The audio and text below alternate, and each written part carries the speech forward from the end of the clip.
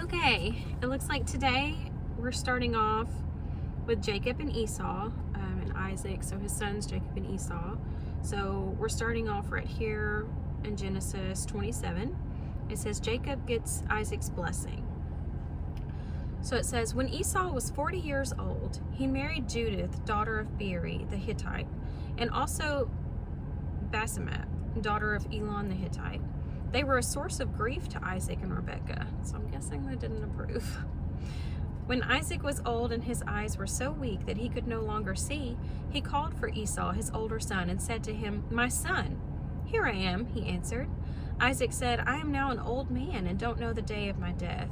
Now then, get your equipment, your quiver and bow, and go out to the open country to hunt some wild game for me. Prepare me the kind of tasty food I like and bring it to me to eat, so that I may give you my blessing before I die." Now Rebekah was listening to Isaac as Isaac spoke to his son Esau.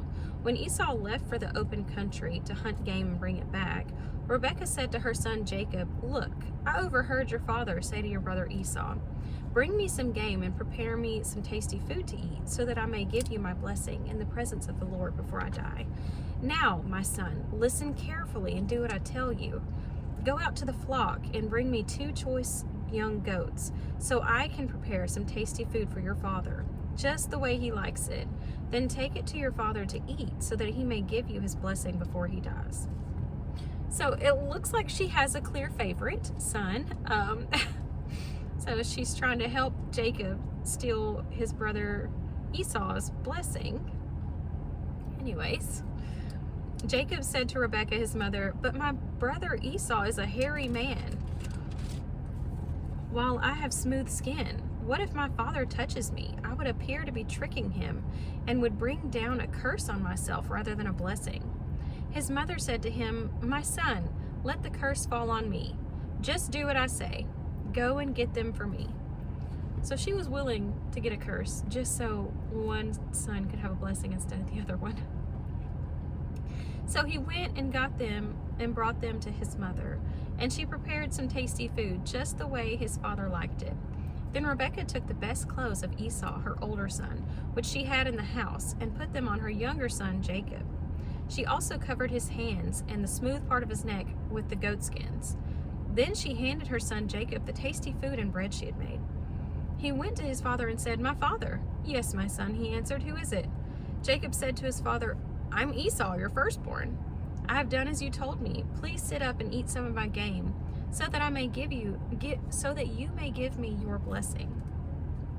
Isaac asked his son, "How did you find it so quickly, my son?" "The Lord your God gave me success," he replied. Then Isaac said to Jacob, "Come near, so I can touch you, my son, to know whether you really are my son Esau or not." Jacob went close to his father Isaac, who touched him and said, "The voice is the voice of Jacob, but the hands are the hands of Esau." He did not recognize him, for his hands were hairy like those of his brother Esau. So he proceeded to bless him. "Are you really my son Esau?" he asked. "I am," he replied. Then he said, "My son, bring me some of your game to eat, so that I may give you my blessing." Jacob brought it to him, and he ate. And he brought some wine, and he drank. Then his father Isaac said to him, "Come here, my son, and kiss me." So he went and kissed him. When Isaac caught the smell of his clothes, he blessed him and said, "Ah, the smell of my son is like the smell of a field that the Lord has blessed. May God give you heaven's dew and earth's richness, an abundance of grain and new wine. May nations serve you and peoples bow down to you. Be Lord over your brothers, and may the sons of your mother bow down to you.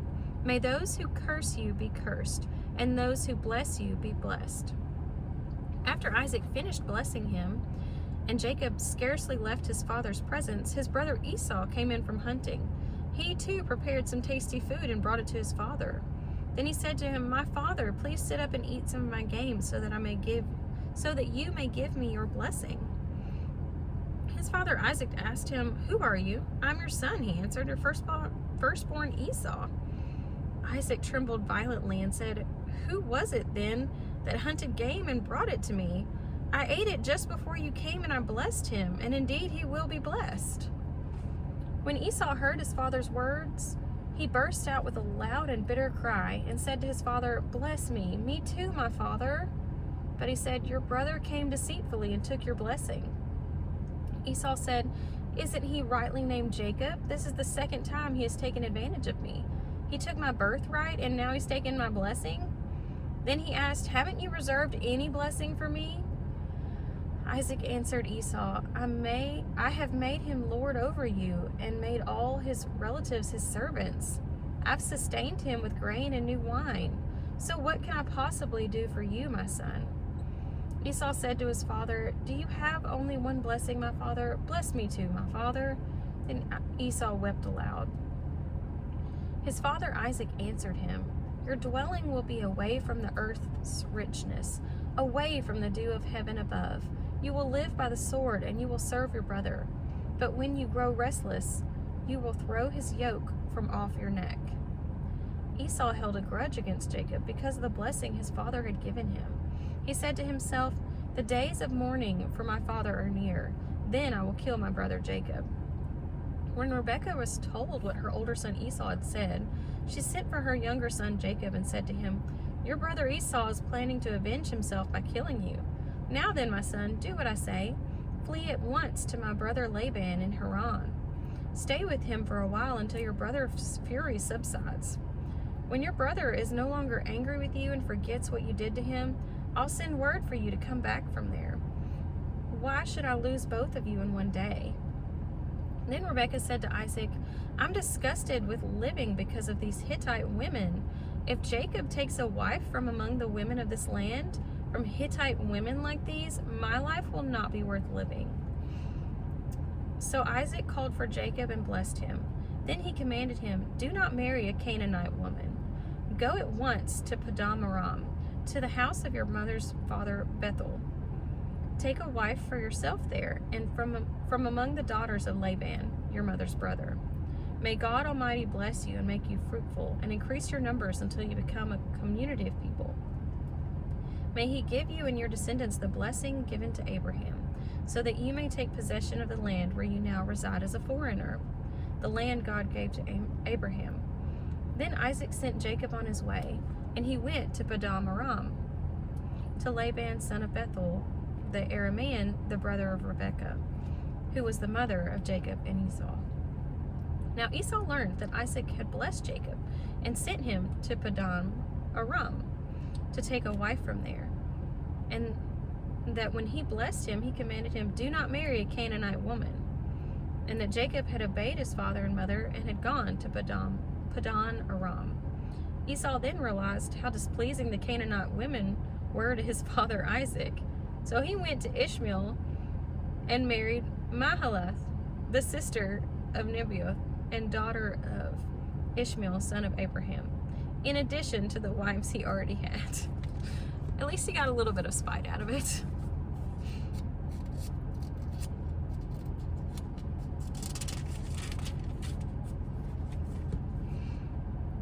Alright, then it says, Jacob starts a family. Jacob's dream at Bethel. Jacob left Beersheba and set out for Haran. When he reached a certain place, he stopped for the night because the sun had set. Taking one of the stones there, he put it under his head and lay down to sleep. He had a dream in which he saw a stairway resting on the earth, with its top reaching to heaven, and the angels of God were ascending and descending on it. There above it stood the Lord, and he said, "I am the Lord, the God of your father Abraham and the God of Isaac. I will give you and your descendants the land of which you are lying. Your descendants will be like the dust of the earth, and you will spread out to the west and the east, to the north and the south.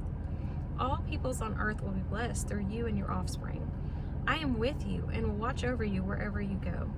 I will bring you back to this land. I will not leave you until I have done what I promised you." Jacob awoke from his sleep. "Surely the Lord is in this place, and I was not aware of it," he said. He was afraid and said, "How awesome is this place? This is none other than the house of God. This is the gate of heaven." Early the next morning, Jacob took off the stone he had placed under his head and set it up as a pillar and poured oil on top of it. He called that place Bethel, though the city used to be called Luz. Then Jacob made a vow, saying, "If God will be with me and will watch over me on this journey, I am taking and will give me food to eat and clothes to wear, so that I return safely to my father's household. Then the Lord will be my God, and this stone that I have set up as a pillar will be God's house. And all that you give me, I will give you a tenth.